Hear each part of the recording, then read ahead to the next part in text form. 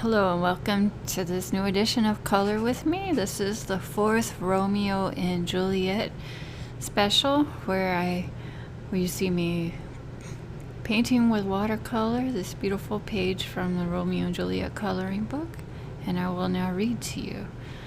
So on the third edition we left off where Romeo and Benvolio was talking about who it is that Romeo loves, but Romeo just wouldn't say, but he was talking about how fair and beautiful she is. So here I am where I left off, 9% into my ebook here. So it says, Benvolio, be ruled by me, forget to think of her. Romeo, oh, teach me how I should forget to think. Benvolio, by giving liberty unto thine eyes, examine other beauties. Romeo, 'tis the way to call hers exquisite and question no more. These happy masks that kiss fair ladies' brows, being black, puts us in mind that they hide the fair. He that is struck and blind cannot forget the precious treasure of his eyes lost. Show me a mistress that is passing fair. What doth her beauty serve but as a note where I may read who passed that passing fair? Farewell, thou canst not teach me to forget. Benvolio, I'll pay that doctrine or else die in debt. Excellent. Scene 2. A street. Enter Capulet, Paris, and servant. Capulet. But Montague is bound as well as I, in penalty alike, and 'tis not hard, I think, for men so old as we to keep the peace. Paris. Of honorable reckoning are you both, and pity 'tis thou lived at odds so long. But now, my lord, what say you to my suit? Capulet. But saying o'er what I have said before, my child is yet a stranger in the world. She had not seen the change of 14 years. Let 2 more summers weather in their pride, ere we may think her ripe to be a bride. Paris. Younger than she, our happy mother's maid. Capulet. And too soon married are those who early made. The earth hath swallowed all my hopes but she. She is the hopeful lady of my earth. But woo her, gentle Paris, get her heart. My will to her consent is but a part. And she agree, within her scope of choice lies my consent and fair according voice. This night I hold an old accustomed feast, whereto I have invited many a guest, such as I love, and you among the store. One more, most welcome, makes my number more. At my poor house look to behold this night, earth trending stars that make dark heaven light.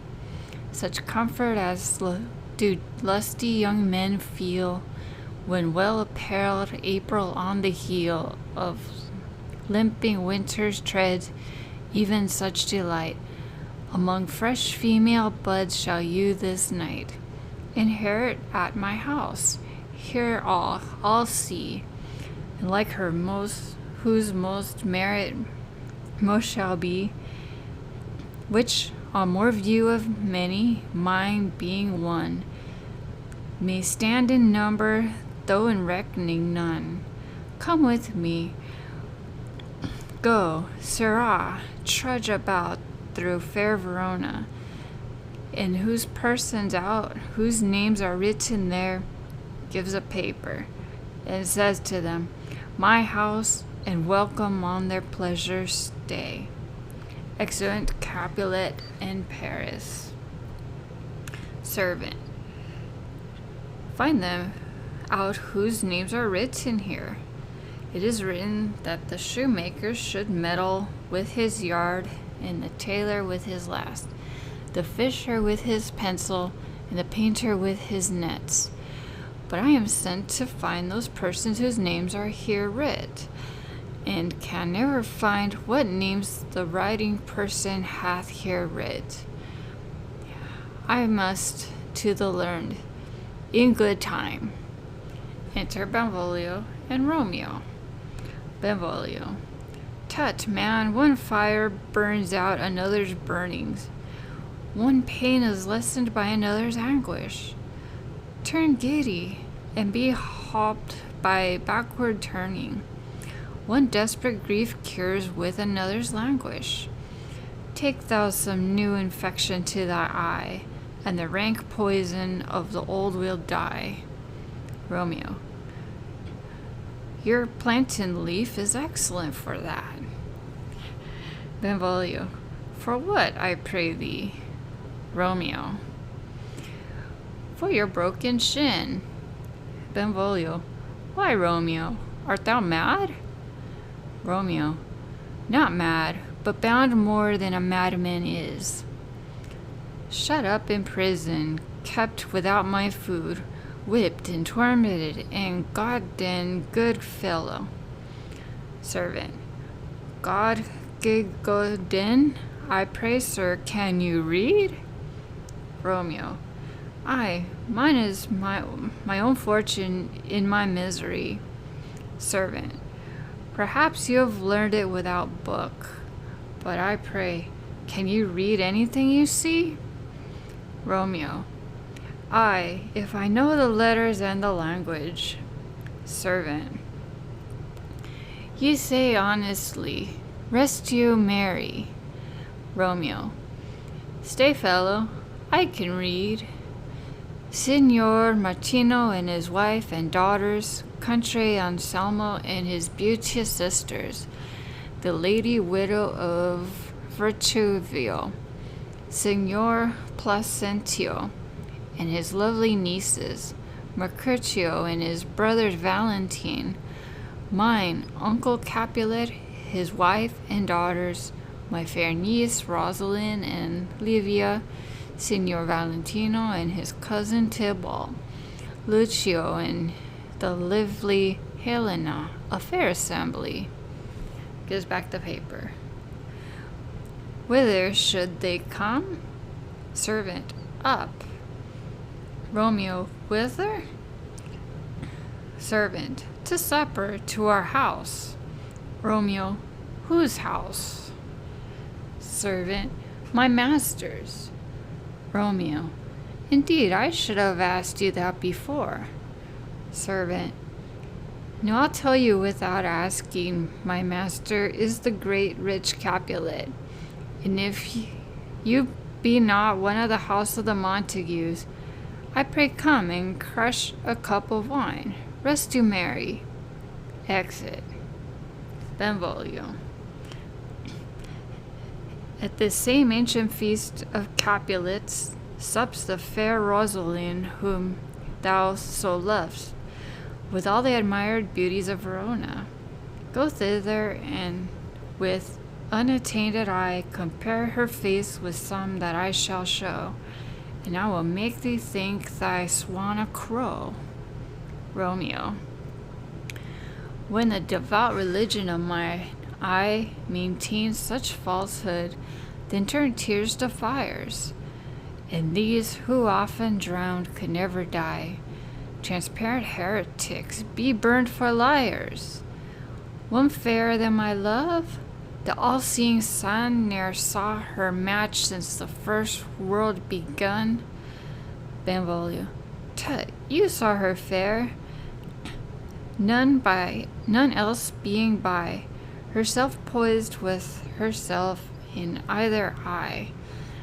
But in that crystal scales let there wait your lovely loves, your lady's loves against some other maid, that I will show you shining at this feast, and she shall scant show well that now seems best. Romeo. I'll go along, no such sight to be shown, but rejoice in splendor of my own. Excellent. Scene 3. Room in Capulet's house. Enter Lady Capulet and nurse. Lady Capulet.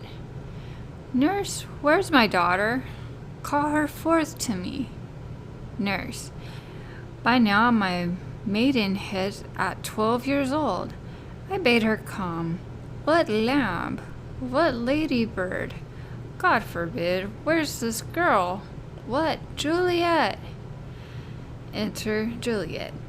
Juliet, how now? Who calls? Nurse, your mother. Juliet, Madam, I am here. What is your will? Lady Capulet, this is the matter, nurse. Give leave a while. We must talk in secret. Nurse, come back again. I have remembered me. Thou'st hear our counsel. Thou knowest my daughter's of a pretty age. Nurse, faith, I could tell her age unto an hour. Lady Capulet, she's not 14. Nurse, I'll lay 14 of my teeth, and yet to my teen be it spoken, but I have 4. She is not 14. How long is it now to Lamestade? Lady Capulet, a fortnight and odd days. Nurse, even or odd of all days in the year, come Lammas Eve at the night shall be 14. Susan and she, God rest all Christian souls. We are of an age. Well, Susan is with God. She was too good for me, but as I said, on Lammas Eve at the night shall be 14. That shall be Mary. I remember it well. 'Tis since the earthquake now 11 years, and she was weaned. I shall never forget it. Of all the days of the year, upon that day, for I had lain wormwood to my dung, sitting in the sun under the dove-house wall. My lord and you were at the mantua. Nay, I do bear a brain, but as I said, when it did the taste of wormwood on the nipple of my dung, and felt it bitter, pretty fool, to see it tea and fall out with the dung, shake, quass in the dove house. 'Twas no need, I trow, to bid me trudge, and since that time it is 11 years. For then she could stand high low, nay, by throd, she could have run away and waddled all about. For even the day before she broke her bow, and then my husband, God be with his soul, and was merry man.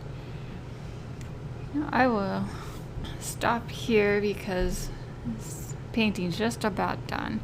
Now I'm 14% into this ebook, so come join me next time. It was fun painting this and reading to you. Okay. Don't forget to hit like and subscribe as well. Okay. Have a good day. Thank you.